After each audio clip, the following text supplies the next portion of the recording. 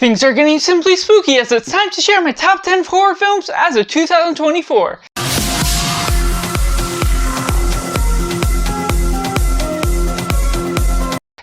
Welcome to Cinema, where we focus on a film. I'm Josh, this is Simply Cinema. Let me know down in the comments below, what are your top 10 horror movies of all time, or however many you want to share. If you want to get into the top 25, make sure to like this video if you enjoy it, subscribe if you haven't already, to join in the film culture community, where we talk about the love of cinema as a whole. And getting into last place, we have Halloween. This is the classic that really supersedes any expectation. It has its own tiny little flaws here and there that I personally am just not huge into, but for the rewatchability, the ability to sustain the boogeyman aspect of Michael Myers in the mask, the horrific prologue scene that really kicks off this franchise, manages to build up upon the grounds and still manage to be the original and the best of everything that we have gotten since then. Just the management of how it builds upon the spooky vibes makes it a cult classic that is good for a reason. It's loved for the management of all its supernatural abilities of the boogeyman. It takes away some of the writing that could be super clever, but it still has a great idea on what it's tackling, and having Michael Myers being that much creepier because of the way he's a serial killer, he feels real, and yet Laurie Strode just manages to have a great final girl act for what she manages to take on with this and being the babysitter of that one night. It's very plain and simple, but at an hour and a half, it manages to be something extra special and carry all the fall and spooky vibes that is needed for this Halloween watch that makes it just an easy rewatch upon any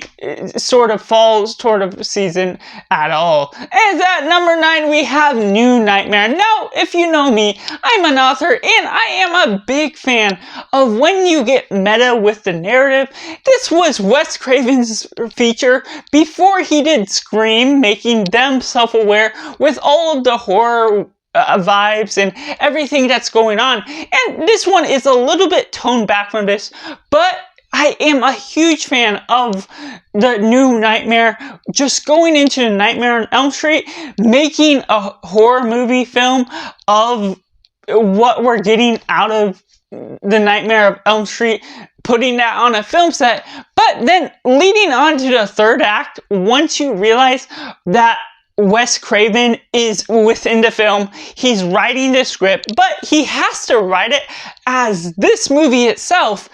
is writing itself. Is just super clever, witty, and I just really enjoyed that sort of meta-narrative nature to the horror vibes. Of course, Robert Englund is an icon from all of the Nightmare on Elm Street movies, so the way he just manages to go on a quicker pace throughout this just builds upon his own character while also having other characters that I just enjoy the plot thoroughly, how it progresses rather quickly and manages to build on all of these different caveats, different twists and turns along the way. But it's really that selling point of the meta narrative, the different mystery, how it builds up to that gets me on the edge of my seat, gets me captivated once upon the reveal of what all is going on. And therefore is just something that's way up my alley and just has the comedy, but also has those horrific kills that manages to create some bloody entertainment for the season. And at number 8, we have Carrie. Now, this is Stephen King's thriller that just really builds upon the horrific values that are going on, and it starts off with a fairly common drama that you may not be expecting, going into this grotesque look about these girls teasing a girl for how she looks, her appearance, her natural idea, what we're getting out of that, and just building upon these different religious themes, different things that just could connect to any sort of girl, but supersedes itself as Stephen King's novel debut in a way that really expands upon the natural ideas, what we're getting out of the effects, certain things. And as always, it keeps itself rather short and manages to not take itself too quickly and build upon its own stakes, build upon the drama that's all going on, this suppression that the girl is under, the trauma that she is facing. And so you're ultimately compelling and being able to get upon her side, upon Carrie, about how her mother is a bit too hard on her, forceful with what she is wearing, certain things that are going about that makes sense for the time period around that time, and things that are going about with that, the religious ideas, the aspects of these things that are going about, everything she is going about and facing, that ultimately goes into a bloody mayhem in a certain sort of way that creates this style in this nice fashion, building upon its own stakes, upon its certain things that the girl you were feeling empathetic for suddenly gets wild because of the power she has, because of the telepathic abilities, that just creates another twisty turn for the natural story that starts as a simple thing, but becomes something extra special because of what Stephen King can craft as a writer and Brian De Palma can bring as a director, and has still been easily the best adaptation of what we've been getting out of this book, how it all gets pulled off, the blood pouring scene, and everything that goes upon that prom night, certain things that go about with the teasing, certain ideas that it tackles with the bullying, the themes that just really expands upon its own nature, while still being a natural horror film that has its horrifying moments because of those supernatural elements that Carrie has. And at number 7, we have the iconic Psycho from Alfred Hitchcock. Now, this one still manages to live up to its own stakes, and this is inspired actually by Diabolique, foreign film that really is good on its own means, but this one really manages to tackle this serial killer vibes in something in a different way, just going about this unexpected way of building up to a shocking twist by the end of the film, but keeping it grounded, a few characters here and there that gets you into this secluded hotel in the Bates Motel, and you're just getting this simple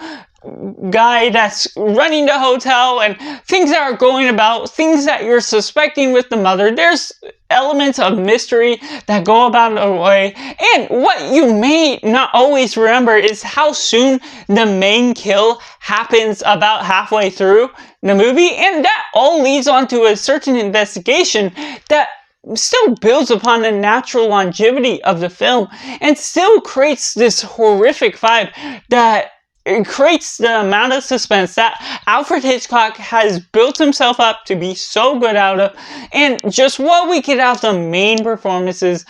just creates this creepy vibe because it's very simple, stagnant, but manages to build upon itself and tackle the look at this one horror icon house, create a character out of the house itself by its appearance, by the ability for it to be that much creepier because of the man that's living inside, and how that manages to create and go about along this fantastic twist that really pulls itself off by the end. Next up, we have The Silence of the Lambs. And speaking of killers, this is another great one. What we get of Hannibal Lecter, played by Anthony Hopkins, just gives on a dominating performance, just being plain and simple. And with this FBI agent, played by Jodie Foster, that really managed to get on the investigation, being a psychologist, really diagnosing what is all going on with him, while there's also other things that are going on behind the scenes. The serial killer moments that really builds on the suspense,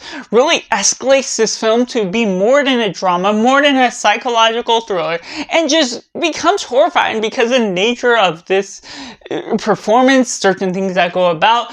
things that really builds upon the story and elevates it to another level. Just one that many people agree upon to be one of the best horror movies, and this still really manages to tackle its own grounds. While it may not always be the most rewatchable, it definitely sustains its watchability in the matters that builds upon the stakes and looks at Jonathan Demme as a director and pulling off a fantastic movie for the script, for what it does with its writing, for its cinematography. And while it creates this prison and other sort of environments that is ultimately changing and not always the most vibrant in colors, it still manages to really pull off the right tone, the color, the mood to the whole film as a whole, and being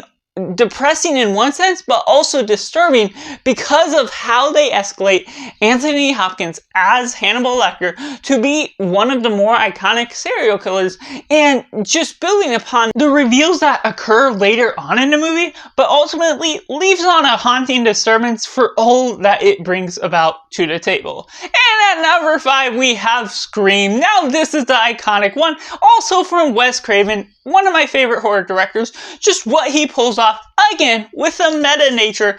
2 years after we saw The New Nightmare, and just what we get out of all of the horror tropes packed into one movie from all of the 70s, the 80s movies that became iconic, become repetitive for the nature of what we're getting out of any sort of slasher type of movie, and putting a face to it with Ghostface being the character that can be anyone, carrying on the legacy that doesn't always have a one person, that ultimately I enjoy more because of the fact that there is an ending to each villain, but because his legacy, because of the act of what the serial killer does in the first place, that's where the legacy carries on to someone that also wants to wear the mask, someone that wants to follow the pattern, and especially occurring within Halloween, Ghostface is just a costume. It could be anyone. The way they pull it off just creates all of these great kills, but also goes into the comedy realm of things because of how it utilizes its clever humor, its self-aware nature by utilizing the rules and putting the language of a horror movie and people watching a horror movie and intermixing that to be something that's just so clever by the way that it blends it. And what we get out of Sidney Prescott, her as the final girl, is just one of my favorite final girls that we've gotten just pretty much ever. And how we blend that in with the two villains that we get from the twist that ultimately gets revealed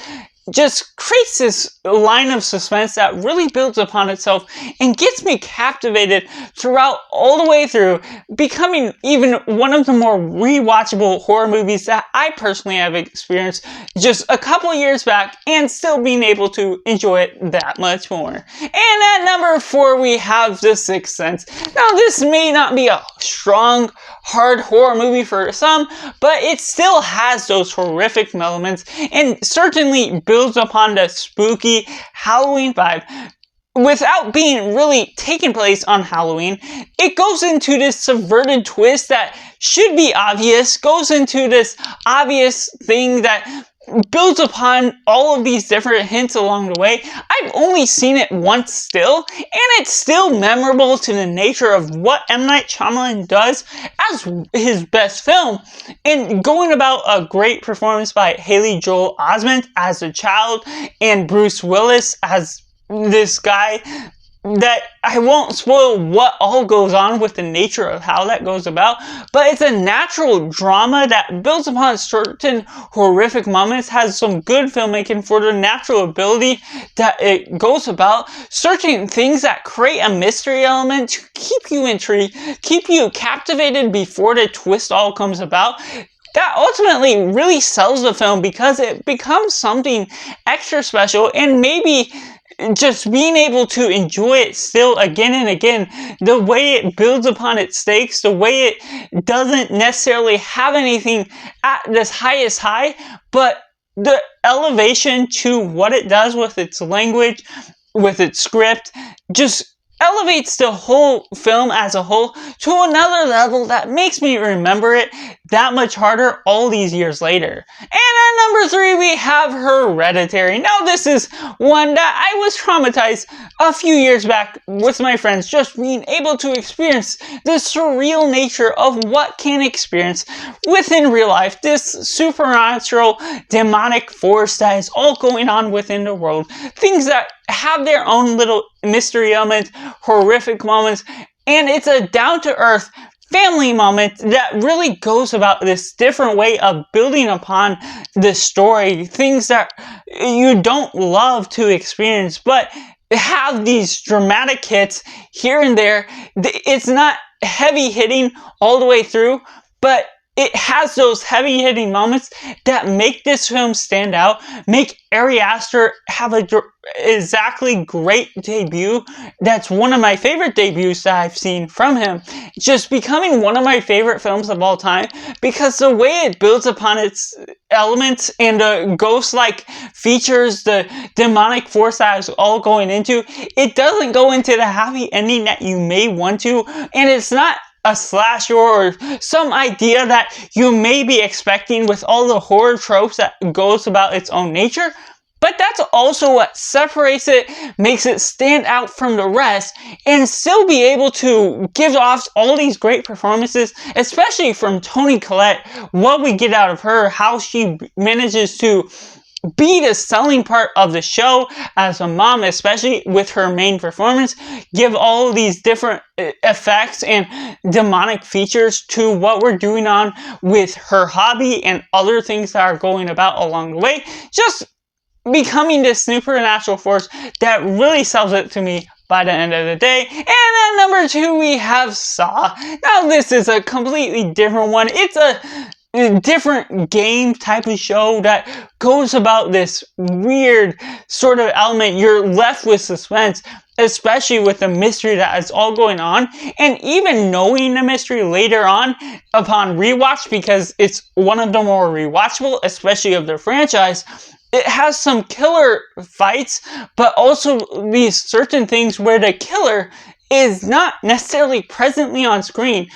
except for certain moments that really escalate the film to another level, certain small bits and pieces that leaves its clues along the way, and upon rewatch you can still enjoy it for the nature of seeing the different reveals, seeing how it all plays out, and still managing to build upon these two characters that are just trapped in this one place, reveals of the character's motivation, the killer, and what all he is all about, even if it's not morally right, things that are going about upon the way, you still can get behind the nature of what he is doing for understanding, even if you're not fully agreeing, the way that all this trap is going about happening, and the subversion, especially just within those final minutes, the big twist about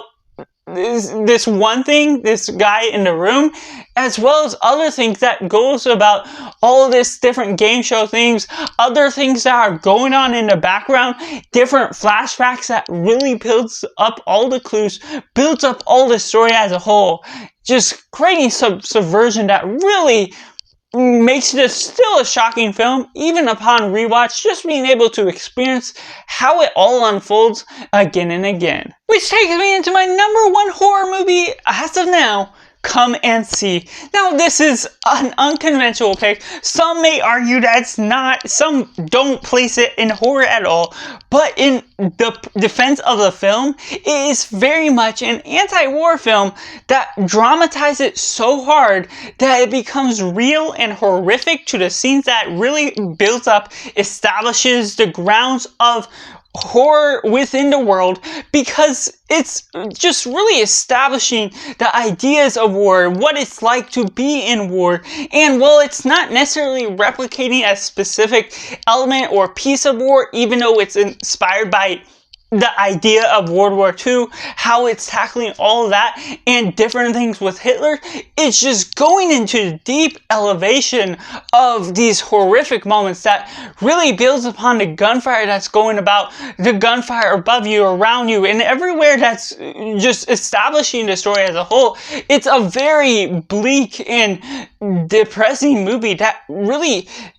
dramatizes the whole thing, but still is real to the nature of the horrific moments that you would experience in war, if not worse, in real life. And so just the way it really manages to immerse you and just traumatize the actor that was playing that character within the movie itself, just sells it definitely as a horror movie and manages to have these haunting images that create some great cinematography.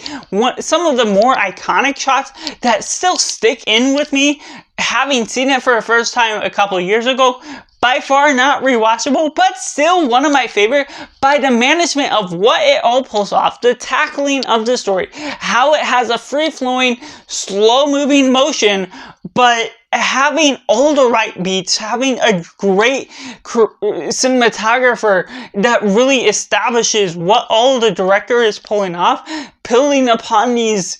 horrific moments that just does not make it a pleasant watch by any means. And that's what builds this upon to be a true horror movie, because of the way you get this guy that loses all his sleep for all the things he's experiencing, all of the things that he has to stay up for, the management of what you have to get on to go about throughout the war that surpasses all of the other war movies. Maybe not necessarily the best war movie in one regard,